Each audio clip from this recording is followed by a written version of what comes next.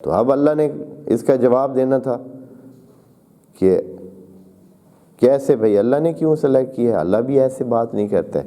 دیکھیں اس بات سے یہ پتہ چلتا ہے کہ آپ جب بھی کوئی کام کریں آپ کے پاس اس کام کی عقلی دلیل ہونی چاہیے، معقول بات آپ کے پاس ہونی چاہیے۔ اللہ کو کوئی ضرورت نہیں ہے کسی کو وضاحت دینے کی۔ یہاں اللہ وضاحت دے رہا ہے، اللہ کو کیا ضرورت ہے؟ اللہ نے کہنا ہے کہ ہاں میں نے کہہ دیا ہے نا کہ طالوت ہی حکمران ہوگا، بس لیں اور آگے جائیں، نہیں تو پھر جانتے ہیں وہ کیا ہوگا۔ لیکن نہیں، اللہ خود اتنی حکمرانی کے باوجود، مالک ہونے کے باوجود، قادر ہونے کے باوجود، اپنی بات کو بلا وجہ نافذ کرانے کی قابلیت رکھنے کے باوجود وہ نہیں یہ چاہتا ہے۔ وہ کہتا ہے کہ نہیں، بات کرنی ہے چاہے زور ہے میرے پاس، لیکن میں زور سے نہیں منوانا چاہتا ہوں، آپ کی عقل سے منوانا چاہتا ہوں کہ آپ کا عقل بھی کہے کہ بات یہی ٹھیک ہے۔ یہ ہے خدا کی خدائی۔ یہ جو انسانوں کی خدائی جو انسان کرتے ہیں وہ اسی طرح نامعقول بات کو بھی اپنی منوانا چاہتے ہیں۔ یہ فرق ہے خدا میں اور انسانوں کی اس میں، کہ یہ غیر عاقلانہ انداز میں بھی چاہتے ہیں کہ زور سے وہ بات مانی جائے، لیکن خدا کریم چاہتا ہے نہیں، مجھے کیا ضرورت ہے جب میری کوئی بات غلط ہے نہیں، جب غیر معقول ہے نہیں، جب بلا وجہ ہے نہیں، تو وہ وجہ کیوں نہ بتا دوں؟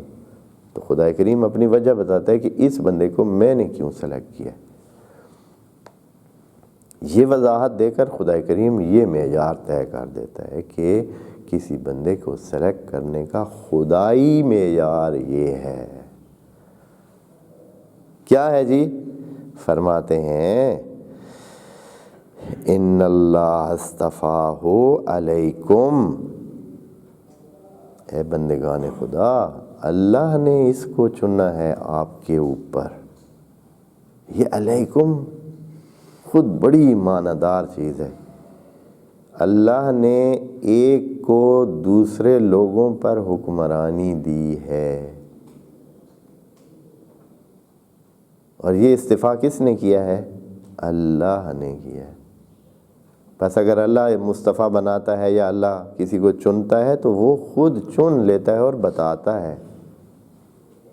اللہ نے چنا ہے، اگر کوئی سمجھدار ہے تو اس بات پر ہی کافی ہونی چاہیے ان کے لیے کہ اللہ نے چنا ہے، تو وہ کوئی عام چیز نہیں ہوگی، عام مسئلہ نہیں ہوگا، عام بندہ نہیں ہوگا۔ لیکن اس کے باوجود خدا کریم آگے وضاحت فرماتا ہے وَزَادَهُ، اور اللہ نے زیادہ دیا ہے، زیادہ کیا ہے اس بندے میں بسطتاً فی العلم والجسم، دو چیزیں جو ضروری تھیں، جو معیار ہیں، وہ دونوں چیزیں اللہ نے اس میں بڑھا دی ہیں، چاہے وہ پہلے تھیں یا نہیں۔ اب اس کے بعد جناب طالوت جسم کے لحاظ سے اور علم کے لحاظ سے سب سے برتر ہیں۔ اس سے پتہ چلتا ہے کہ وہ پہلے بھی ایسے تھے، یعنی خدا کریم نے ان کو وہ پہلے سے ہی علم اور جسم دے رکھا تھا۔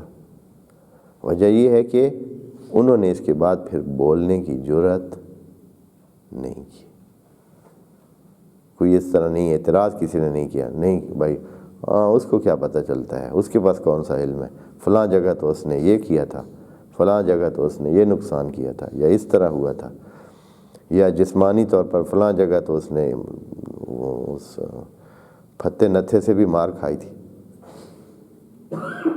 ایسی کوئی بات انہوں نے نہیں کی ہے۔